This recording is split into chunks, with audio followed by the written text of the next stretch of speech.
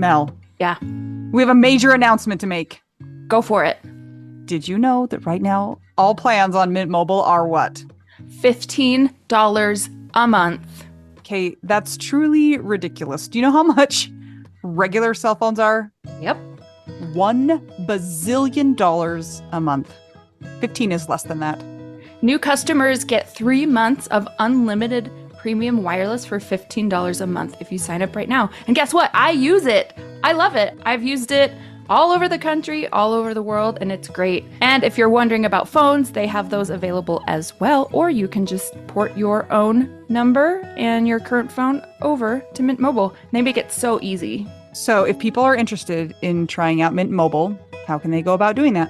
Go to trymintmobile.com/WWDN. And you know what's interesting? When my dad died, we actually put his phone on a Mint Mobile plan because it kept his number going, but it was $15 a month. So there you go. And there's different storage plans, but you might as well just get the unlimited because it's $15 a month. Absolutely. All right, go try it today. That's trymintmobile.com/WWDN.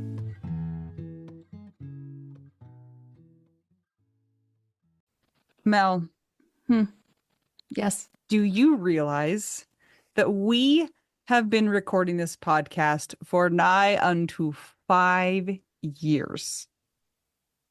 That's so weird. Is that not crazy? I don't understand time. It's so wild. It doesn't seem like that long, but I guess it's like grief and death, right? Yeah. We released our first episode on October 9th of 2019. And hopefully this episode is going to come out on October 9th of 2024. That is wild. So crazy. I thought it would be really fun, as I realized that we've been doing this for 5 years, to look back on our most memorable moments from the 5 years of episodes that we've done. And I wanted to do it so that we didn't share with each other beforehand what our top 5 were. So top 5 for 5 years of podcasting, and then share them with each other and see if we have any overlaps. All right, the Venn diagram. Yeah, Yes. sounds good to me. I think you should go first because I feel like you're the leader in this topic right now. Okay. So just FYI, this doesn't have to be an episode. It doesn't have to be a guest. It can be a moment that happened. It can be an entire topic that we covered. Just something that really stuck out from our 5 years of podcasting. So here we go. Are you ready? And these are in no particular order, not, the most important ones. I'm going to start with the maybe 2 episodes and guests that made me feel so seen, and I loved talking to them. And anytime I think back, like, these are the 2 episodes that I'm just like, yes. And that was, drumroll please, thank you, Mary Frances O'Connor and Lisa Schulman. Yes. Is that on your list too? Yes. Yes. Okay. Yes. So if you're not familiar, these are 2 like sciencey people. One was a doctor, like a neurologist, and one is a grief researcher. And we were able to talk to them about changes that happen in the brain during grief and after you've lost your person. And I loved talking to them so much. I felt just like they said yes to everything that I had been thinking about, and so those are on my list, and apparently they're on your list too. So here's one thing that I think is especially cool that I wanted to share about the Dr. Lisa Schulman episode. If you all remember, she talked about emotional traumatic brain injury. And so that means like going through something like we've gone through, it exhibits as a physical traumatic brain injury can. And so that's something that Anita and I both resonated with. And what's so cool is her research was presented in 2020, published in 2020. And last year, which would be 2023, and that's 3 years after it's been published, but it's not like it's as widely known as The Body Keeps the Score and these other, things. Something in the 70s. Or, yeah. So it's like, we've just barely been becoming a trauma-informed society, almost to the point where it's kind of annoying now. Like people kind of overuse the word. Right. But I was talking to one of my musician friends who he uses music in tandem with healing from trauma. And he's starting a camp and doing some other things like that, and is becoming certified in certain modalities. And I told him, "Oh, hey, did you know about Dr. Lisa Schulman's?" Da, da, da. He's like, "You talked to her?" Oh, What? He's really? like, "I just barely learned about the research last week, even though it was not just released." We interviewed her whenever that was, 2022, I think. I don't And even know. I talked to my friend in 2023. I felt like, yay, we're spreading some good things out in the world that people who also kind of research grief may not know. So cool, right? Also, were you like, yes, we're close personal friends. I'm on her Christmas card list. I was like, she sent us her own research. We didn't even have to download it from somewhere else. No. Yeah, he was like, None of that's whoa. true, by the way. Well, no, she Yeah, did send us the research, but we're yeah. not on her Christmas card No, I list. think we kind of frightened her because she's very scholarly and we're not. Yeah, yeah. Those were two of my favorite things, like topic episodes. Okay, you get to go next, Mel. Okay, I don't think this is going to be on yours. Okay, I can't wait. Once upon a time, we were recording and we were talking to somebody who is related to Anita's brother-in-law, Lorinda. Yes. And during the recording, Anita paused and she's like, I hear screaming from my living room. And that's not just a regular scream. That's a something is wrong scream. So mid interview, the guest kept talking. Anita ran out. And indeed, somebody had cut themselves and did need to get some stitches. So the interview had to be completely stopped, rescheduled for the next day. And then we resumed the next day and edited it together. But in the recording, you can hear some of that stuff happening. Yeah. One child had cut the other child with scissors. So, I mean, yeah, that was like that. I felt like that really encapsulated the chaos of my life. And it was recorded in real time for you guys to all experience with me. So that was a weird one. Yeah. Your turn. Okay. Yeah, I remember that. I don't know if I'll say fondly, but it wasn't, it was an experience that we had. Okay. It was real life. It was real life. My next one was when we talked to the widow from Kenya, Christine. We had first talked to Nyanam, and then they had kind of hooked us up to speak to her. And in the episode, you hear us talking to her, but the whole setup was difficult. And it was a hard interview because we had this huge lag time and the connection wasn't good. And she had an accent and it was hard to understand her, and also because of the lag time, because it's easier if you can see people's mouths moving, and her mouth wasn't moving at the same time her words were coming through, and Mel couldn't talk at the same time I could, so we just decided that we would text each other questions, and I would do all the talking. But I just remember being so floored, thinking that we had it so bad. How could it be any worse than this? And then finding out kind of some of the things that the people in her community go through. I I, I was just floored. Like that's the description I'll use for it. Wow. It was eye-opening.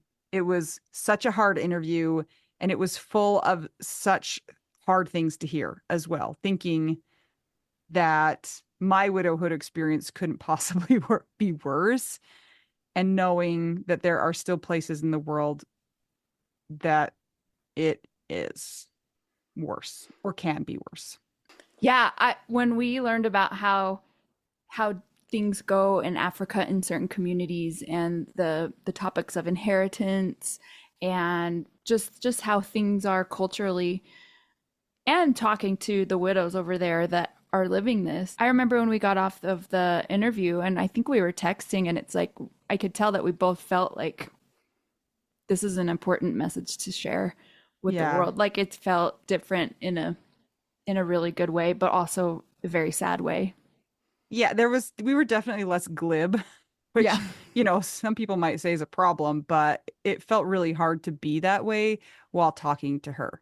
And yeah, like the inheritance and the purification and the not being able to own your own property and just the huge number of deaths too that people are experiencing because of war and because of like the AIDS epidemic. And it's just like and how they're so grateful to be able to have their little farms or whatever, and I'm over here worrying about things that don't seem so important anymore. So, yeah. Yeah. That was a good one. Yes. That was Thank you. very meaningful, Anita. Good Yeah. job. Hmm. This one, I thought of an interview that sticks out for me, and it is our friend, Melissa Ponder Brackman. Oh, she's on my list too. 100%. Now, the way that that came to be is we were in another widow group, and I saw that she was a widow on November 6th of a different year, but my Scott died November 6th, 2017. And her husband was also named Scott. And her name was Melissa, which is Mel, and I'm Melanie, but it's Mel. So I was like, I don't know what it is, but we got to talk to that lady. I didn't even know her story. Like I just reached out to her based on her name being Mel, Scott, and the death date. I was like, So, can you contact her? yeah. And then we find out that her husband and some others were murdered by a serial killer. And then her story just gets crazier from there. And then there's a Melissa Ponder Brackman 2.0, which is not okay, but Yeah. we love her so much. And if you haven't listened to her episodes, both of them, you need to. Go back. So this was in kind of our early podcasting days. Back in that day, I remember I was sitting on my bedroom floor with my laptop in front of me, my little microphone. I was like in the least ergonomic position. And she starts telling her story. And I just felt like my jaw was open the whole time because I didn't know what we were getting into. And then when she was like, and then they took the diaper and they said, the baby is not your husband's. I was like, it was so, it couldn't have gotten any crazier for me at that point in time. So that one stands out to me also. For those that have widow brain that have listened to all the episodes, her second episode, unfortunately, is her being widowed a second time when the person that she married was killed on duty. Or was he on duty? He He in was the line directing. of duty. Okay, Yeah. he's a cop, and he was killed on something Responding dumb. to a traffic accident or Yeah. yes. So even though we heard her first story and we're like, this is the most resilient person ever of all time, and she's been through everything and met Keith Morrison, he's been in her house. Come on, my true crime people know who that is. Then she goes through it again. Yeah. And if you remember, she had been typing up her story and then she lost some of the papers, almost as if her story wasn't done yet. And then her husband, that was the cop, ended up dying. So she has a lot. I know she's in the process of writing a book, and we are going to definitely get it when it comes out. So, Melissa, you're one of our heroes. And by the way, if you've been interviewed by us and you're not in this top 5, it doesn't mean anything bad. It just means like nothing. Oh, no. I can't believe how many people we've interviewed, though, Mel. This is like we're taking a little detour here, but when you think of the number of people that we've been able to spend like a good hour, hour and a half just talking to, it's a lot of widows. It And is. then you add into that the Widow Wives Club and the people we've been able to interact with on there. And then you add into that the times we've been able to go speak publicly. It's like we've probably met thousands of widows. And you know what I find is really interesting? And you guys listening, you might not think that your story is, quote, noteworthy or exciting enough. That's the dumbest thing to say. But you know what I'm saying? Like to be Yeah. on a podcast. And one of the things that we wanted to do from the beginning is tell regular people's stories. Yeah. Quote Not unquote regular Yeah, stories. Yeah. not everybody has to be a famous person that's a widow, or like this person has tons of followers, so let's interview them. It's like people resonate with stories that are like them, and a lot of us are just regular people going through the day. So it's been fun to get to know some of those people.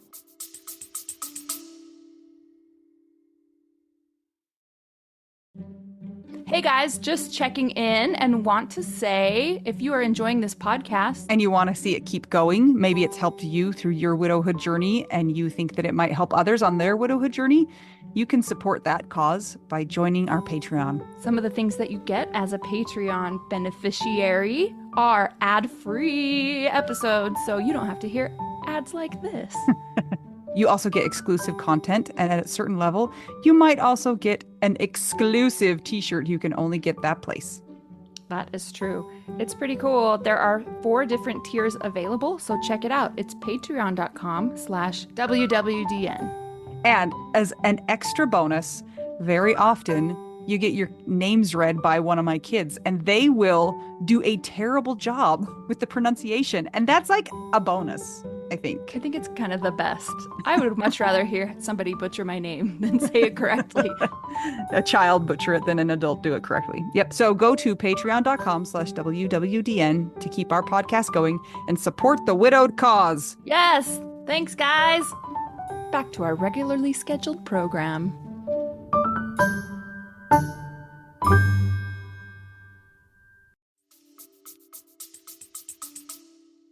Yeah, it's like you're just saying, when Mel and I talk about kind of the goals of the podcast or where we want to go with it, people are surprised. And we get this question a lot, like, how do you choose podcast guests? And like, we purposefully try to respond to people who are just regular people, who don't have sensational stories, who don't have like, crazy stories like Melissa's story. Although, I mean, we like those too.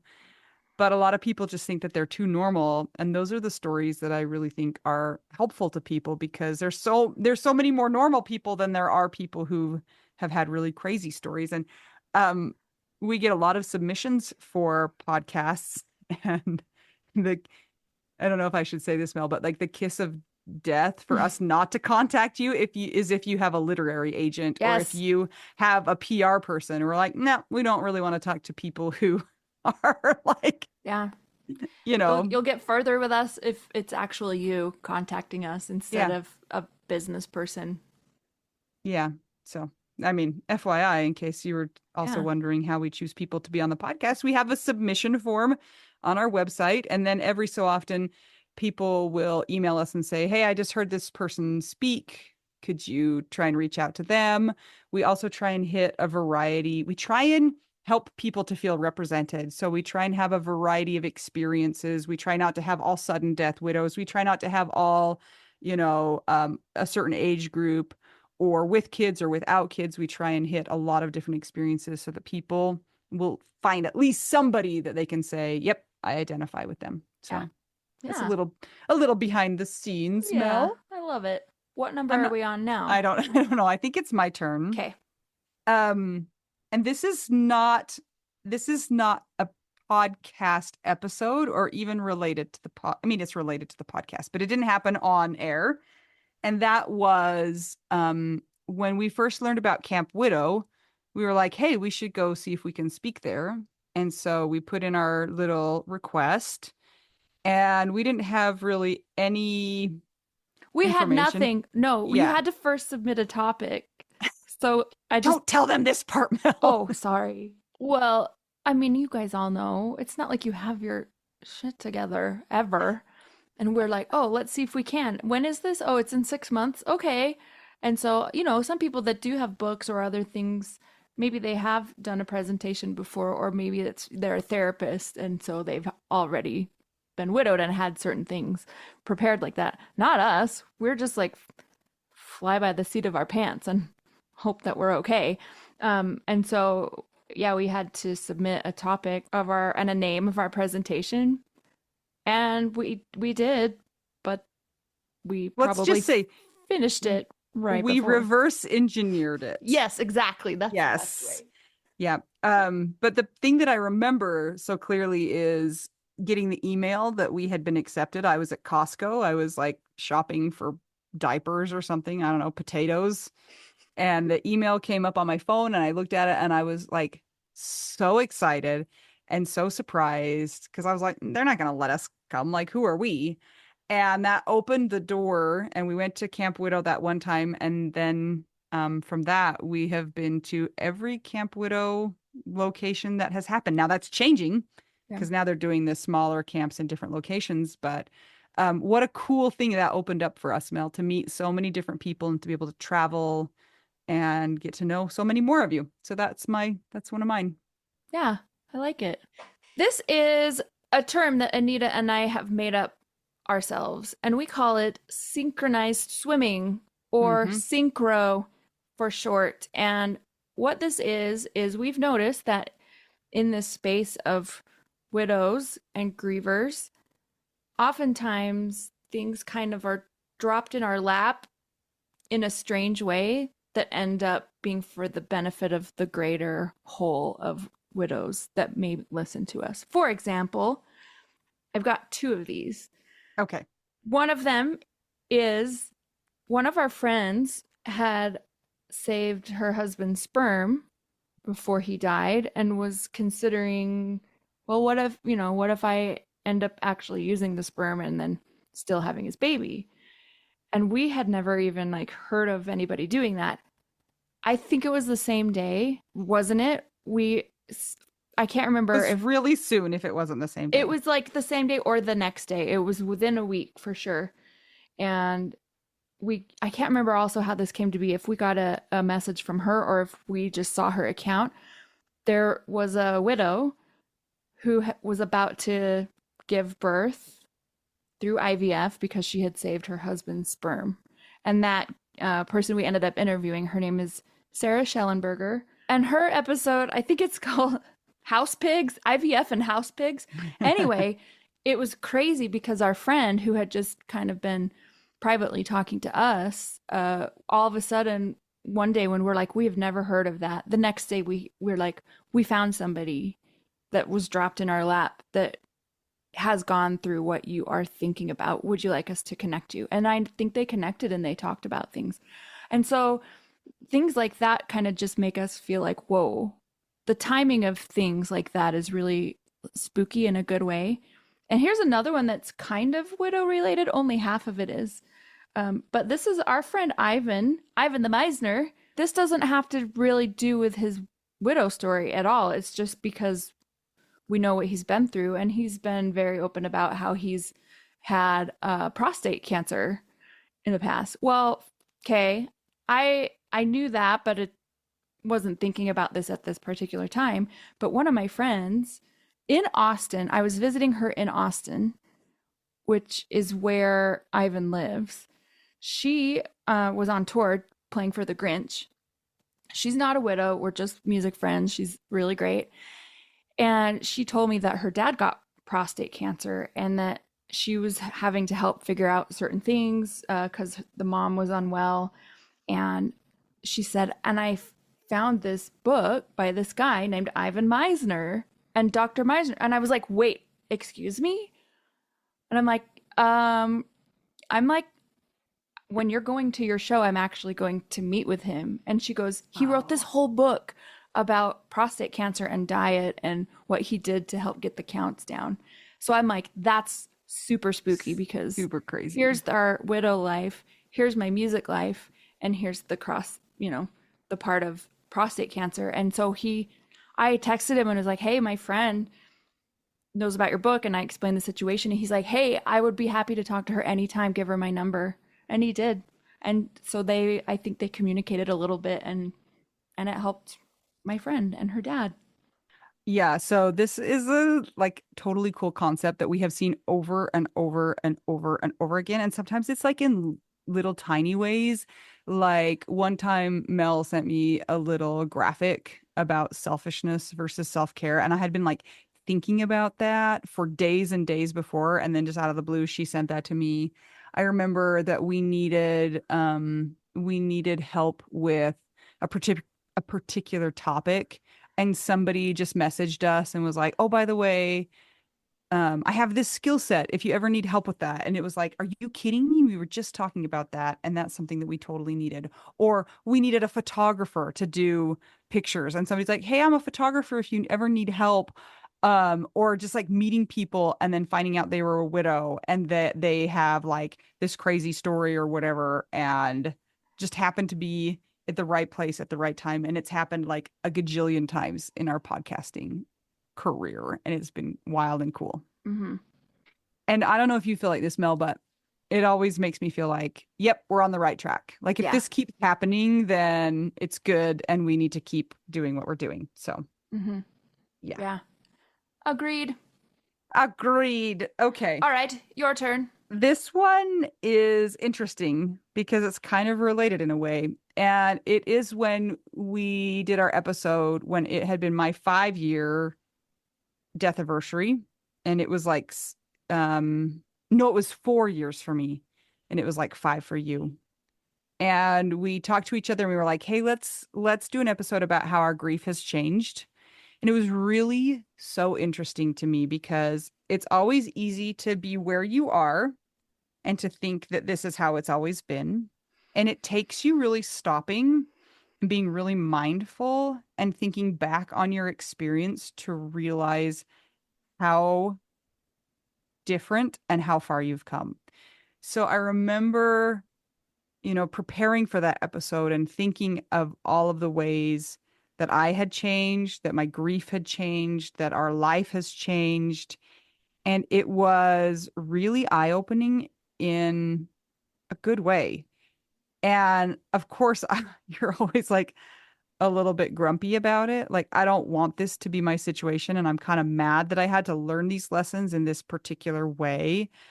But look how far I've come. Look how much I've learned. Look at all the opportunities that we've had because our husbands died. It was really an eye-opening experience for me, and I'm really glad that we took the time and made it a priority to really stop and think about it and not just keep going on our merry way. And I think I need to do that more in my regular life too, is just try and stop and think about the things that have been accomplished and the ways that things have changed and just take note of that. Very well said. Thank you, Good, Mel. I good job, appreciate Anita. that. No, you're doing so great. I'm not sure if you felt the same way about that episode. Maybe it was just me, but it really made me stop and think, and it was a good thing for me. I don't remember because I feel like I have no memory of anything. That's fine. Yeah. But yeah, I mean, I remember actually of that. I do remember you having the realizations. And I think Right. maybe because you've also been navigating your kids' grief and helping them and dealing with a lot of things change wise with them, like with school and emotions and bedtime and all that stuff. And so Right. I remember that part for you. You were looking back and noticing the differences. And then it Yeah. was like, oh, I'm glad Anita's able to not feel like she's in the first part of the suck.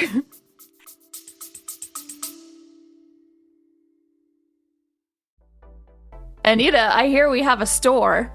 Oh, we sure do. We've actually had it for quite a while. It's called the Snarky Grief Shop, and it's where you will find all of our best grief merch. That is, yes, a little snarky.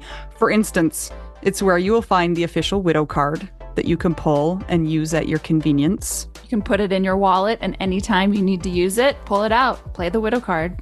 Yeah, we have glow-in-the-dark stickers.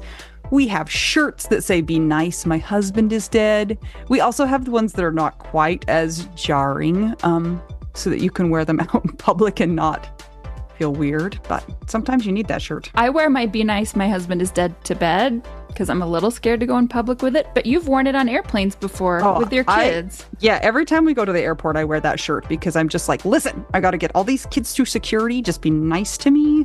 Thank you so much. And it's worked for the most part. Some of the less snarky grief shirts are podcast shirts or Widow Wives Club. We also have Resilient AF, right, Anita? What else we got in there? Yeah, which we're telling everybody who cares, like Mel's mom, that means American fork because she can't know what it really means, guys. Yeah. stickers and mugs and notebooks and just cool stuff that you can use to express your snarky grief. You'll find it by going to our website, shop.widowwedonow.com. There's a lot of W's in there, so just make sure that you've counted them and there's the right number. We will link to that in the show notes, and it's also in our app, which you can get from the App Store. Can people get it from our regular website too? Yes, if you go to widowwedonow.com, there's a link for the shop in there too. Great. If you'd like to show your snark or have something a little more subtle, go ahead and check that out. Again, that's shop.widowwedonow.com.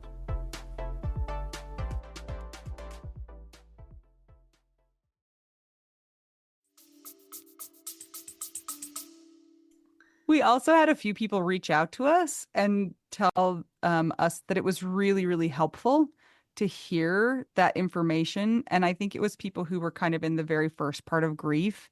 And so to hear somebody say, this is how it's changed for me and it has gotten different. And I don't know, we had a few people say thank you for that and, kind of explaining it the way that we did as well. So that was one memorable thing for me. Nice. Well, I think that actually we had a couple overlapping ones, so I don't have any more written down. Oh, okay. But I can add things if you want. Do you have another one? This is just something that in general is nice for us to hear, not for our own egos or anything like that, but just to know that what we're trying to do here is helpful to others.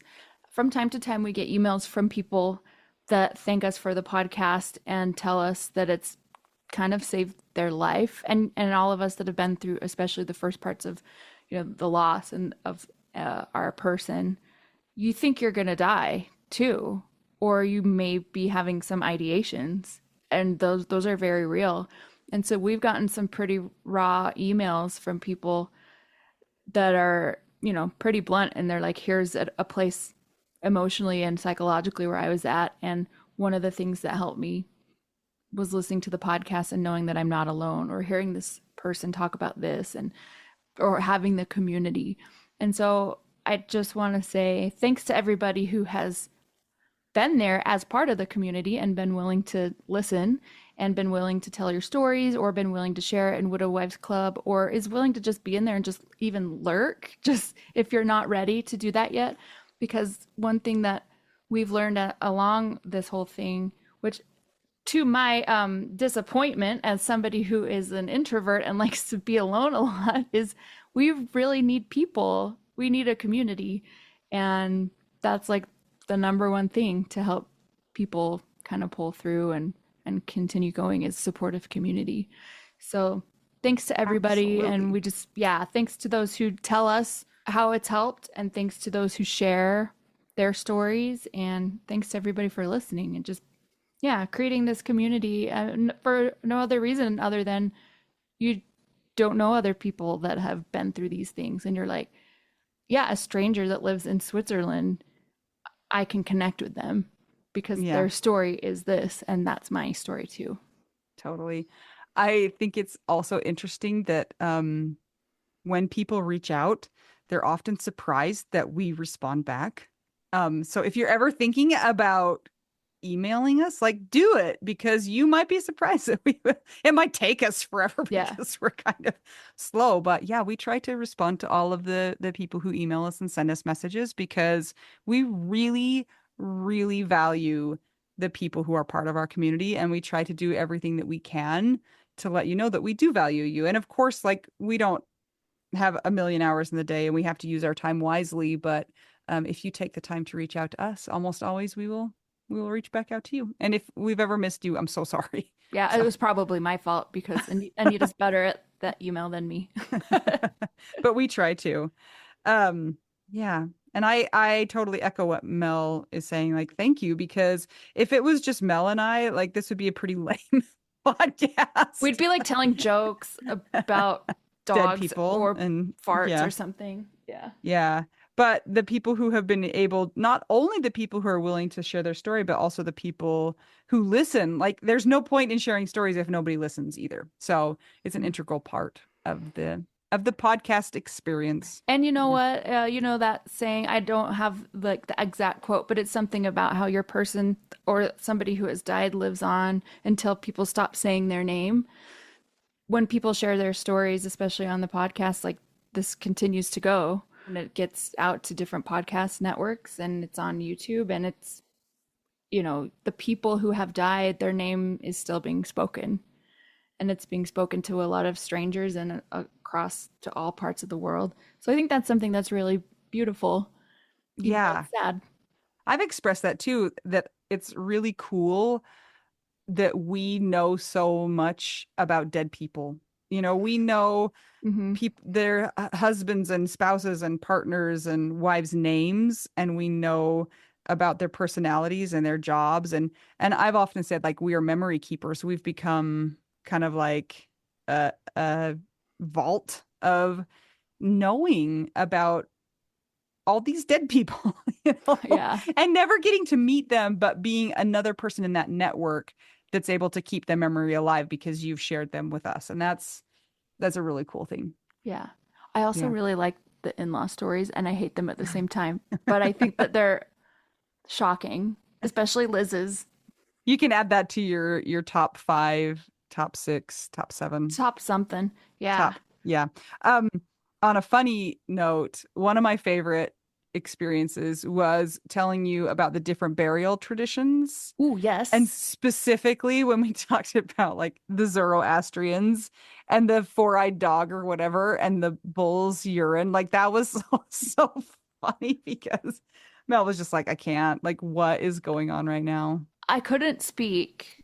I even when you say just those words, my mouth is still open. So I that's still want to that's do the kind of on body my farm though. Just want to say that. like you want to be taken to the body farm. Sounds cool. Yeah. I'd like to Yeah. help crime fighters.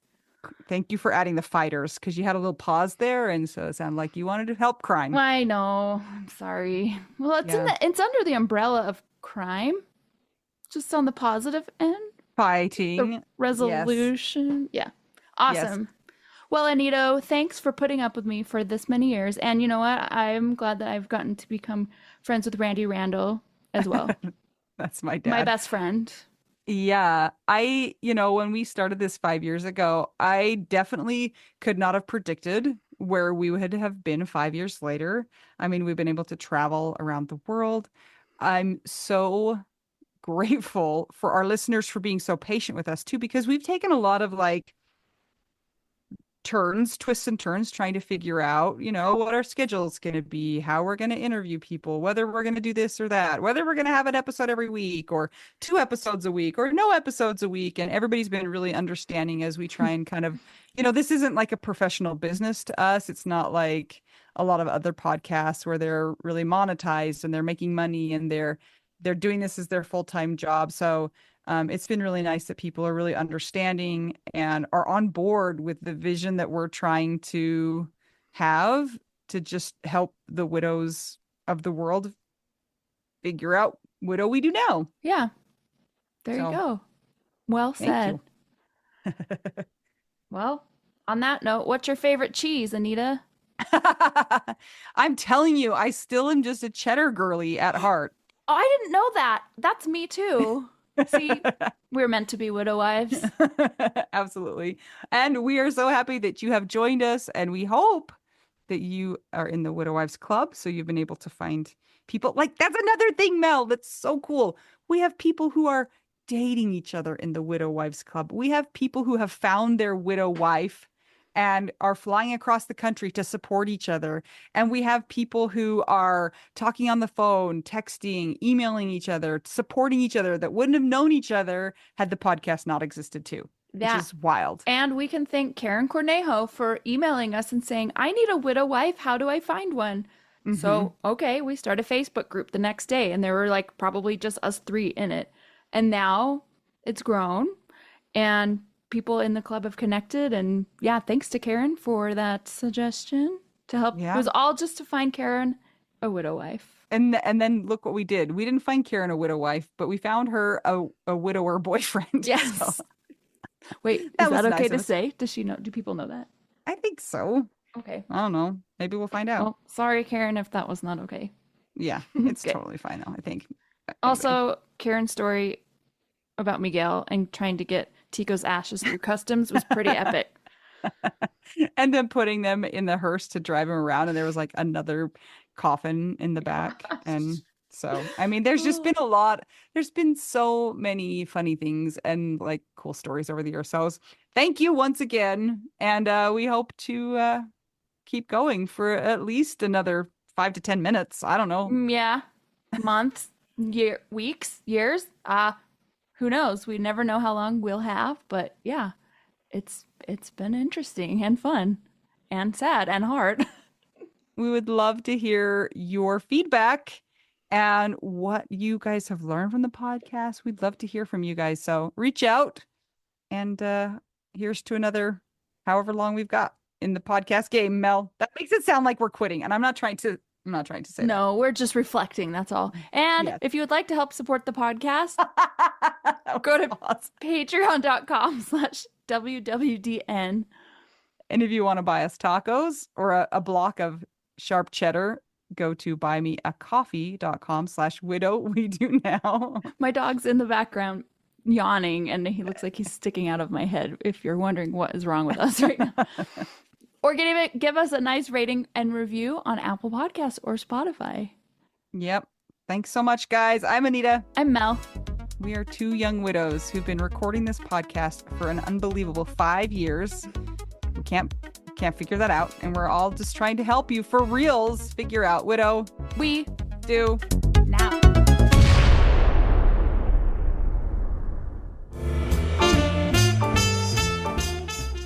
We're talking about people who so generously give their hard-earned money to my mom. Thanks. Okay, let's get into it. Barbara Schwarzenberger. Schneeberger, sorry. Constance Bell. David.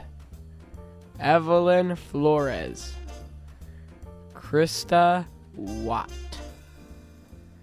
Kristen J. Palwakalaka. Pollack.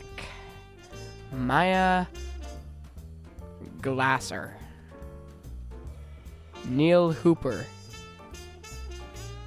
Rebecca Zelba. The Winehouse Karen Kamojo. Alexis King Adulo. Amy Hartman Martell. Ashley Han. Beck Luders. Berkeley. Brandy Younger. Chris Steffen. Connie Remich.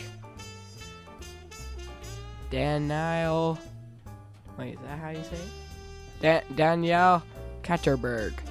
Don Satterwhite. Deborah Nilek. Dennis Brozone.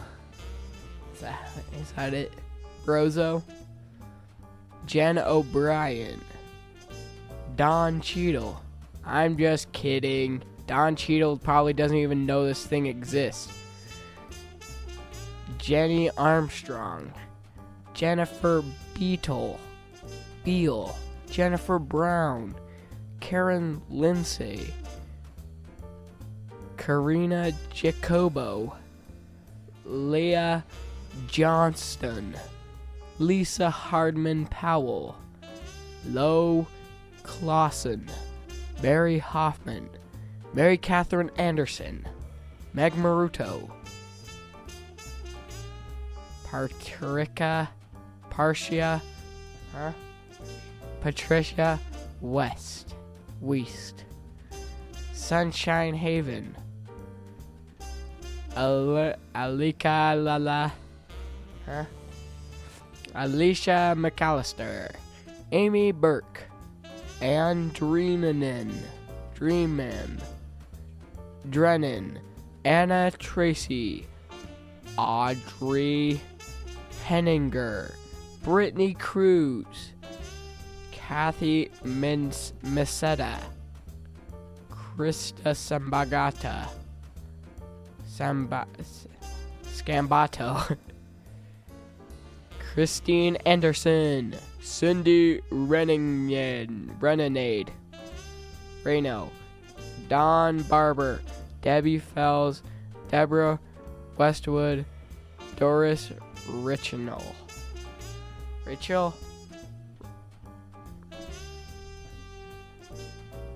Aline Stevens Dim, Eric Van der Meulen, Gabe Lozano, Gia Beniot, Gina Hayes, Jackie Coyle, the cool person with the torn out kitchen, Jan Calasser Cecil,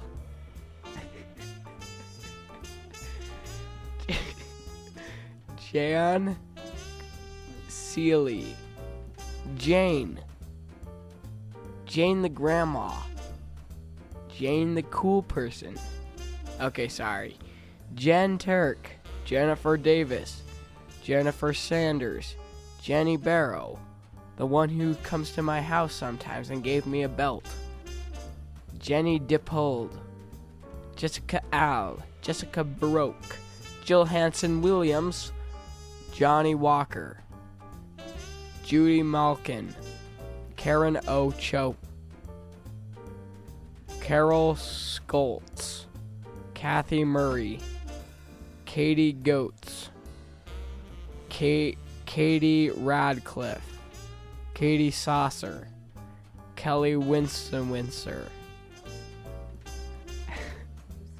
Winsnewski, Kevin Ferry, Kimberly J. Shelaby, Kira Vinson, Lauren Keeley, Lauren C., Linda, Lindsay Kapokini,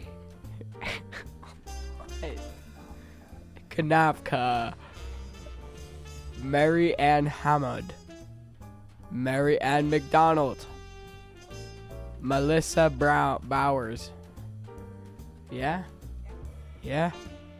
Minuto McGinnigum, Mintu McGurn, Missy Schubert Meskin. Wait, what was it? Missy Schubert. I'm not gonna keep going. They pay good money to hear their names. Mealsteam, Naomi Brown, Rachel Trang, Rachel Tang, Rebecca Rebecca Ulamaker, Robin Flam, Stacy Seward, Susie Duguni. Is that it? Dunnigan, Trenton Thompson, Wendy, like the restaurant. Bye.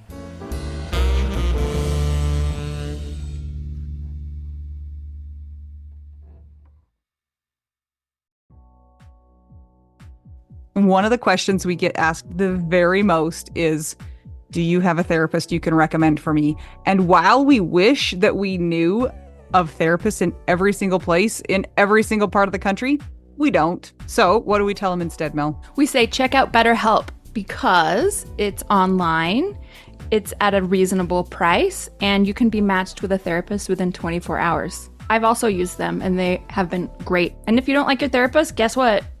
Click, and get a new one. Absolutely. It's so hard when you have an in-person therapist, if you're not clicking with them, to cut them off and get a new one. So that's not an issue with BetterHelp. So we always tell people to try BetterHelp. And if you use our promo code, which is trybetterhelp.com/WWDN, you get 10% off your first month. Go ahead and try it out. That's trybetterhelp.com/WWDN. And you know what? I'm a big fan of doing therapy where you don't have to wear pants, but nobody knows about it. Are you wearing pants right now, Mel? I'll see you later. Bye. That's trybetterhelp.com/WWDN.